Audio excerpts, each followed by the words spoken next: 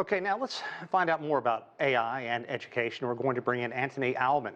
He's a professor of philosophy at Northern Michigan University. And as I understand it, Antony, you have had this program within your class. How's it work so far? I've had a couple of experiences with it. One at the end of last semester, where a student used it to write their paper for them, and then I'm also trying to integrate it into my class this semester as another partner in our classroom dialogues. Okay, give me the pros and cons of having this. I think that Tony spelled it out pretty well, but you as an educator, you see this and I'm sure you have concerns, but also have to embrace this new world. I think that we absolutely have to embrace this. It's going to exist out there in the world, on beyond education, whether we like it or not. And so I do think that we have an obligation to train our students to figure out how to use it and use it responsibly within the classroom. And so that's one of the things that I'm trying to do this semester. Now, for old folks like myself, tell me how Chatbot works and where you see it's really going to pay off and really kind of integrate AI with their lives once they leave the school. Well, historically in the classroom, what I've done is have a discussion between me and the students where we have some philosophical question or problem that we're wrestling with, and I tell them what I think and I ask them what they think.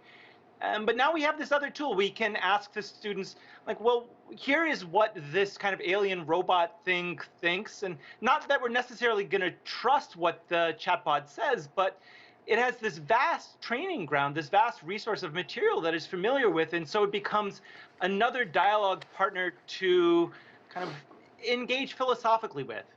Yeah, I know a lot of people, who when computers first came out, they used like the computerized chess to get better at chess. Do you see that kind of thing, or am I oversimplifying it? No, I actually think that's a pretty good analogy. It resembles how I use it when I'm writing my own papers. And so often, I'll write a draft of an essay and I'll send it off to a friend and I'll ask my friend what they think. But, sometimes the friend isn't around, or I want an additional pair of, eyes and ears on it. So I'll submit my essay to the chat and say, hey, if someone disagreed with me, what might they say? And then I can use that to improve my own philosophical thinking on a particular issue. Or I'll ask it, hey, is there some grammatical mistakes that I haven't realized that I'm making? And the chat actually has some pretty good advice to offer. And I think that that's the future of this tool, at least in the near future. Anthony, college kids are smart and they're also creative. Have you seen students use other types of AI to cheat? And how common do you think cheating is among students in the classroom using AI? So there are other things that students are using to cheat. The most common thing is paraphrase software, which actually ChatGPT can do for you. You can insert a paragraph from, say, Wikipedia or some source textbook that you're using in your classroom, and you can say, hey, paraphrase this, and the chat will spit out alternative versions of the text that then look original. So there are other sources that have that, and that has kind of been the predecessor to ChatGPT that I've seen being used. I have had experience with someone trying to pass off an entire essay written by the chat last semester in my classroom too. Wow, how did that go?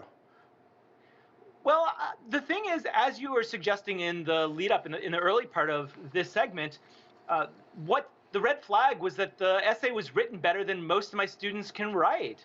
The grammar was too perfect, the structure was too sound, and the ideas were kind of too advanced for the kind of thing that I would expect from my students. And so what I did is I took that essay and I submitted it to ChatGPT and I asked it, hey, did you write this? And it said that there was a 99.9% chance that it did. That's pretty amazing.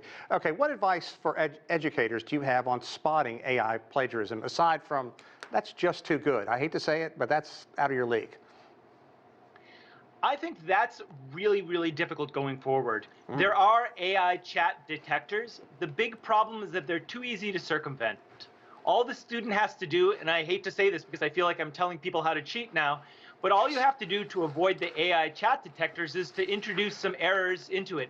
Add some commas, add some grammatical infelicities, and then it'll feel a little bit more human, and the AI detectors just won't work. And I think that's why this is taking people by, I don't know, this is why it's so difficult to handle, is that there's not a really good way to detect it. You know, all I could think about while you were during this segment was, I wonder how long before lazy journalists turn to this to write their stories. I can't think that's not far down the road. But anyhow, Anthony, that's a discussion for another time. Antony Aumann, we really appreciate your insight, and I'm sure that we'll come back and chat with you again. This was fascinating to me. Thanks so much for having me on.